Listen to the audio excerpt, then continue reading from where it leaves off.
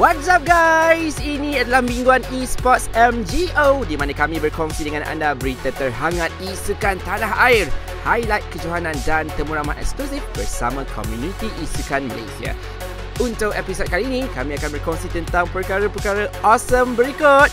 Todak melepaskan dua pemain utama, The International 10 Battle Pass, atlet isukan layak ke peringkat dunia PAS 2020, Tim Boskur wakil Malaysia ke One Esports Mobile Legends Invitational 2020 dan juga sketsa Aidilfitri Mobile Legends Bang Bang. Dan untuk segmen highlight pula, kita ada highlight berkenaan ESL Malaysia Championship, COD Mobile Grand Finals dan juga CGI Show Match 2020.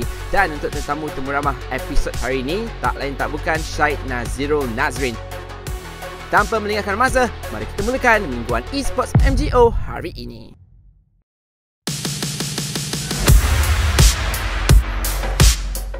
Baiklah, kita mulakan berita MGO hari ini dengan kisah Todak melepaskan dua pemain mereka, Nenas dan Laichi. Pasukan profesional Mobile Legends Todak melepaskan dua pemain utama mereka, Syahril Anwar Abdul Rashid ataupun lebih dikenali dengan nama Nenas, dan Muhammad Qayyum Faiz Abdullah Laichi. Manakala empat pemain lain iaitu X-Ray, Chiku Moon dan Iwan dikekalkan selepas perbincangan bersama pihak pengurusan kumpulan itu.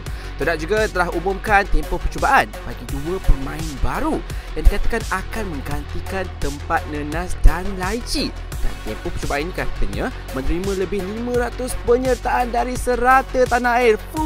Ramai tu, of course semua nak join Todak kan. Sebelum ini, Todak sebenarnya meraih tempat ketiga di kejohanan dunia Mobile Legends Bang Bang M1, di mana EVOS Legends bergelar juara sulung selepas menewaskan RRQ dari Indonesia.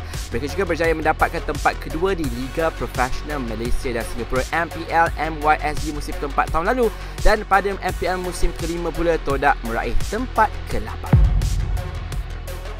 Baiklah, seterusnya adalah berkenaan The International 10 Battle Pass, di mana Valve telah melancarkan Battle Pass terbaru khas untuk The International 10.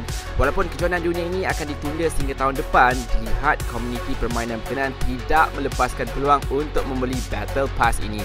Lebih menarik, kali ini pengguna dapat menikmati beberapa ganjaran istimewa, antaranya dua persona baru iaitu Anti-Mage dan juga Pudge yang boleh didapati dengan pembelian lebih banyak levels dalam Battle Pass. Selain itu, Valve mengejutkan komuniti Dota 2 seluruh dunia apabila melancarkan 3 Arkana serentak dalam Battle Pass kali ini. Hero seperti Queen of Pain, Wind Ranger dan Wraith King menerima Arkana pertama mereka. Kalau korang nak tahu, Arkana ini adalah pengubah suaian pada animasi, ikon, bunyi dan rupa hero yang menerimanya. Manakala persona pula adalah barangan kosmetik yang menukar model hero tersebut. Pastinya semua komuniti Dota 2 dah tak sabar nak dapat Arkana dan persona yang baru ini.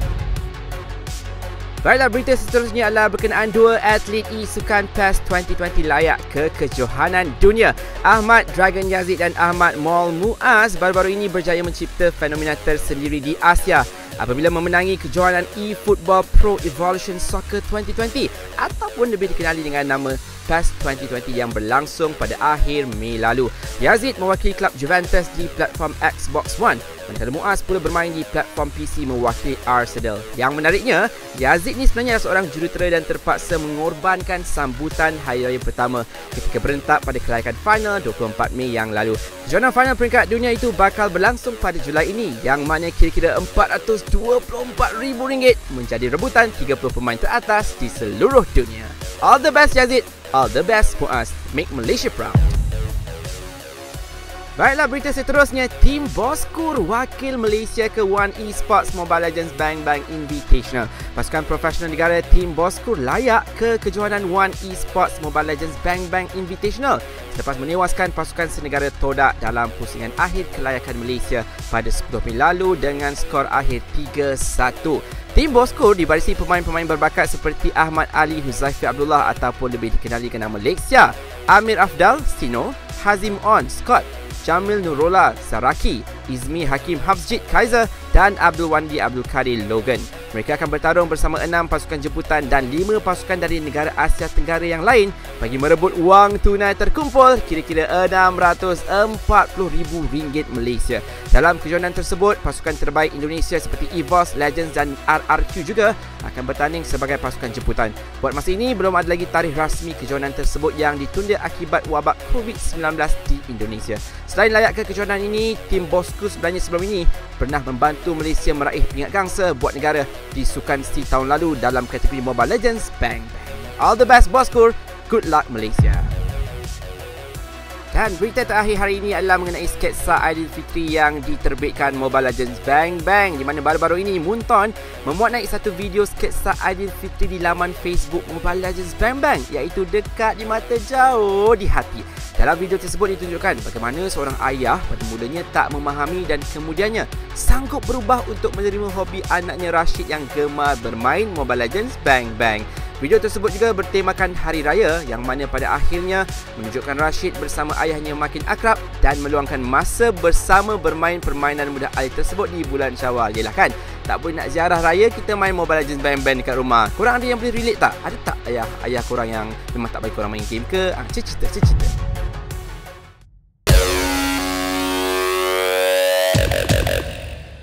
Goliath macam tadi dah keluar 2, betul tak? So kali ni mungkin diorang buat keluar 2 lagi. Boleh jadi lah. Aduh. So dengan 10 poin berbeza. Oh, pasukan Rampage berjaya menyapu sebenarnya alih-alih pasukan Terima Hasman. Meninggalkan FA berjaya mendapatkan 2 poin.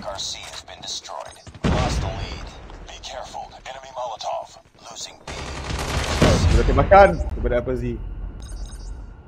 Ini Zat. Man, jatuhkan dulu.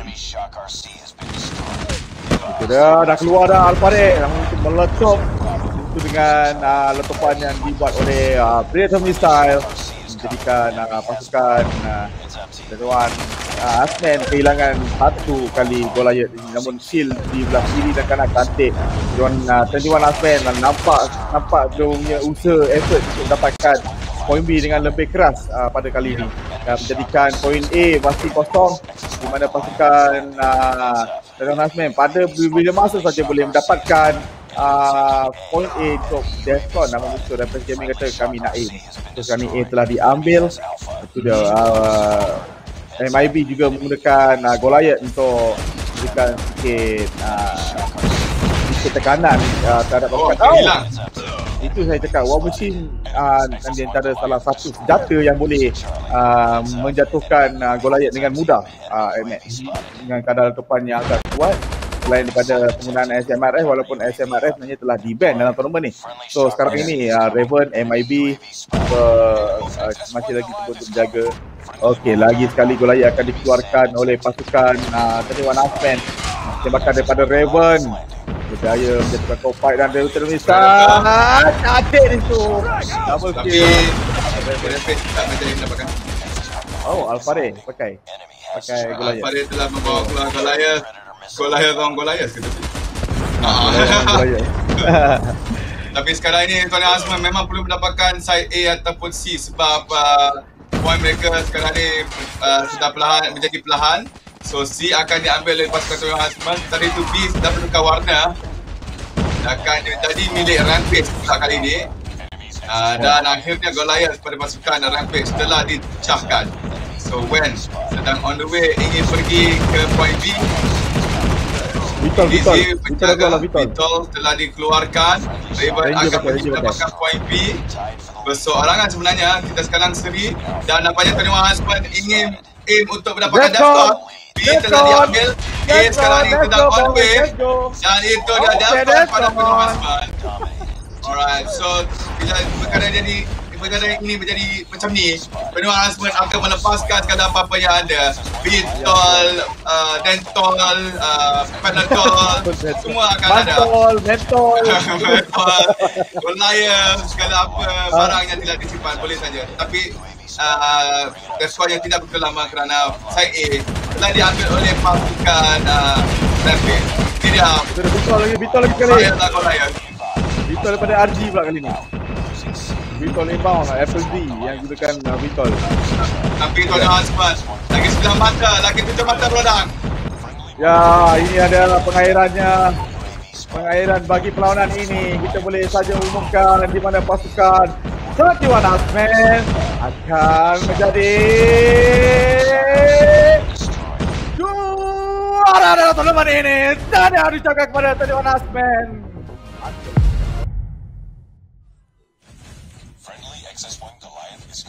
The Gundam is moving slow, not going front though.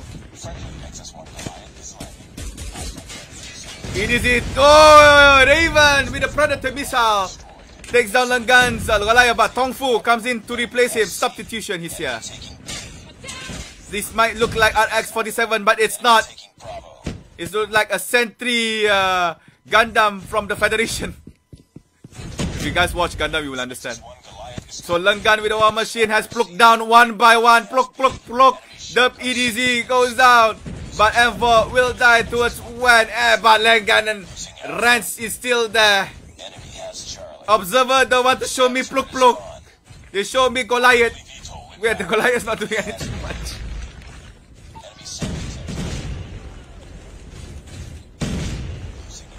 Alright. Looks like JU Play manages to get Bravo, so they might have the chance to come back. Oh, Vitol from Rangan. Vitol.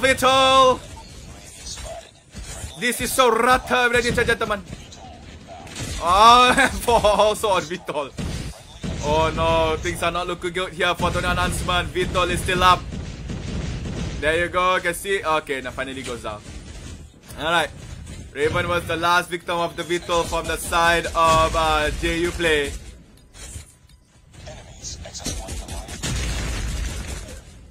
$130-110-11. B and C belongs to the side of JU Play. 21 Huntsman really needs to get the points up because they could not give B and C to a JU Play. Now A side is picking up by JU Play, and there you go. Ooh, almost all 3 points. JU Play could not get it, and Niles, there you go. Here comes the Vitol from Dub. Dubs get 4. I believe it's a wipe, and Dub is still on that Vitol. And well, I don't have anything to say. Derp is just mopping the floor. I mean, not mopping the floor, like bombarded the floor with Vitol, but oh my god. Ranger goes down towards the Predator missile by now. Oh. What is happening? Do not show the map. I want to see the point. Oh, there you go, Tony Huntsman. With that Vitol by Derp. They managed to find Defcon. A, B, and C belongs to the red. And another Goliath is coming out for Tony Huntsman. But at the same time, oh, JU Play. This is a good thing for Tony Huntsman. Not only the nice Vitol gameplay, Vite, they even have 2 Goliaths standby. One is still in play, another one is waiting to be taken up. Raven is just waiting for this Goliath to lose his HP. Right guys, A, B and C Defcon again for Tony Huntsman. And Raven sacrificed himself. And another Vitol, this time by JU Play.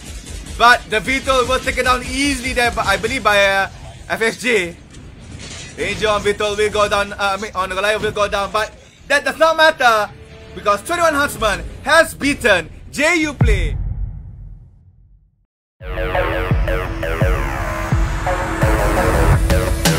Hai, Assalamualaikum. Anda sedang menonton Mingguan Esports MGO di mana kita sekarang berada di segmen Temu Ramah, dan untuk hari ini kita punya tetamu istimewa untuk Temu Ramah ialah Encik Syed Nazirul Nazrin bin Syed Yusof. Ya, beliau merupakan Esports Lead untuk Call of Duty Mobile di kawasan Singapura, Malaysia dan juga Filipina. Ya, jadi beliau adalah tamu kita untuk hari ini. So, mari kita terus mulakan dengan soalan pertama yang kami di MGO ada untuk saudara Syed. So, pertama sekali, saya berminat nak tanya tentang acara Hari Raya CODM yang diadakan. Sebab macam mana boleh datangnya idea macam nak letakkan ketupat, kurma collection dan sebagainya dalam Call of Duty Mobile ni? Okey. Pertama sekali terima kasih sebab ada invite saya untuk siri ni. Kita ada event collect ketupat dengan kurma and juga Outrider giveaway. Yang tu Outrider ni sebenarnya satu karakter atau skin dalam game. Kita tahu yang Hari Raya ni merupakan orang kata festival yang penting lah terutamanya di Malaysia dan Singapura. Tapi kita juga nak buat satu orang kata localized event untuk semua player kita, disebabkan di Call of Duty Mobile ni sebenarnya di Singapura, Malaysia dan Filipina kita di dalam server yang sama. Jadi kalau kita main game tu, kita memang akan jumpa dengan pemain-pemain daripada tiga-tiga negara ni lah. Jadi event yang Hari Raya ni, walaupun contohnya player Filipina dia tak sambut Hari Raya kan, tapi dia masih boleh turut serta dan juga untuk claim hadiah lah yang kita sediakan. Kita punya idea ketupat dan kurma tu sebenarnya kurma tu dia sekali dengan bulan Ramadan. Kita tahu itu something yang orang kata common kan, ataupun popular, lebih-lebih lagi dalam bulan Ramadan. Ketupat tu untuk Hari Raya lah. Jadi apa yang mereka boleh buat ialah mereka main game dan juga mereka kumpul ketupat dan kurma ni. Selepas tu diorang boleh claim in-game item. Jadi semudah itu je lah. Okay. Alright. Okay. Soalan saya seterusnya pula macam apa inspirasi yang kita boleh tengok daripada CODM juga ada buat yang macam siri batik tu kan untuk skin. Okay. Inspirasi. Corak batik ni kita tahu dia memang digunakan secara meluas di rantau Asia Tenggara, which is termasuklah Singapura, Malaysia dan Filipina.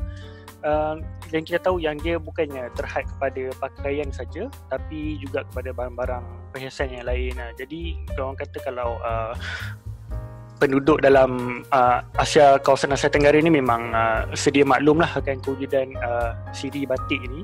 Jadi kami rasa yang ini merupakan satu orang kata peluang untuk buat localized item yang player kita boleh relate to ataupun mereka boleh kaitkan dengan diri mereka lah. Jadi sebab tu kami ambil keputusan untuk cipta beberapa in-game item yang menggunakan motif batik, terutamanya kita punya senjata lah dalam game sebab ni game FPS kan. Okay. Sangat menarik. So sekarang kita dah ada acara Hari Raya, masuk sekali boleh katakan gabung sekali dengan acara Ramadan kan. So apa lagi future events yang para pemain Call of Duty Mobile can look forward to? Okay. Yang tu secara terperinci saya belum boleh bagi tahu lagi, tapi nanti kan kita memang ada lagi banyak kata surprise atau kejutan untuk pemain-pemain kita. And tujuan kita buat macam senjata corak batik, lepas tu ada event collection ketupat dan kurma. Ni semua sebenarnya localized event dan juga localized item yang kita buat supaya kita boleh berkait rapat dengan pemain-pemain kita, tapi dalam masa yang sama kita maintain orang kata identity Call of Duty itu sendiri. Sebab Call of Duty sendiri merupakan IP yang besar kan. Jadi bila kita dah terbitkan game ni di Singapura, Malaysia dan Philippines, kita cuba sediakan orang kata event atau content yang localized lah untuk pemain-pemain di server ni. And juga saya boleh cakap yang kita akan ada update musim ke-7 tak lama lagi dalam minggu ni. Jadi pemain kita boleh look forward lah ke update yang akan datang tak lama lagi je. Okay. Menarik. Kita dah tahu macam-macam tentang event dalam game. Tapi ada juga macam kalau kita bercakap dari segi macam tournament kan, mungkin peminat ataupun pemain profesional COD Mobile nak tahu juga macam kalau ada upcoming tournament daripada pihak Garena untuk mereka lah. Okay, faham. Rasanya ramai yang dah sedia maklum, Activision dia dah umumkan dia punya CODM Championship 2020 yang akan berlangsung hujung tahun ini. Dan itu merupakan orang kata event tournament peringkat dunia lah, Global Championship kan. Jadi bila kita ada Global Championship, sebelum tu kita akan ada peringkat regional ataupun rantau Asia sahaja, and especially orang kata melibatkan Garena region lah, sebab Garena sendiri kita memang terbitkan game ni di Singapura, Malaysia, Philippines, Taiwan, Thailand dan Indonesia. Ya, jadi memang kemungkinan besar memang kita plan untuk buat tournament di peringkat itu. Dan sebelum tu kita memang akan ada orang kata tournament untuk peringkat kebangsaan lah. Jadi ini merupakan orang kata kelayakan untuk kita pilih tim yang terbaik untuk mewakili negara lah. Tapi itu semua masih dalam perancangan. Saya boleh kata yang semua pihak memang nak orang kata bekerja keras lah untuk jadikan orang kata tournament tu satu kenyataan. Cuma itulah sekarang dengan situasi COVID-19 ni, kita perlu berjaga-jaga juga untuk kita nak organize, kita perlu pastikan kebajikan player kita semua terjaga kan. Jadi kalau harap-harap situasi ni akan bertambah baik dan kita boleh pastikanlah yang kita akan boleh jalankan tournament untuk players kita bukan saja di peringkat kebangsaan tapi di peringkat antarabangsa juga. Okay, bagus. Ada banyak juga untuk para pemain CODM look forward to in the coming future. Okay, baiklah. Itu sahaja untuk segmen Mingguan Esports MGO pada minggu ini. Terima kasih kerana menonton. Kami akan jumpa lagi anda pada minggu depan. Dan untuk menonton temu ramah penuh, ada banyak lagi soalan yang kami tanya kepada saudara saya. Untuk menonton temu ramah penuh, boleh tonton di YouTube dan juga laman Facebook kami, My Game On. Okay, itu saja. Baiklah, terima kasih kerana menonton. Jumpa anda lagi pada minggu depan. Terima kasih.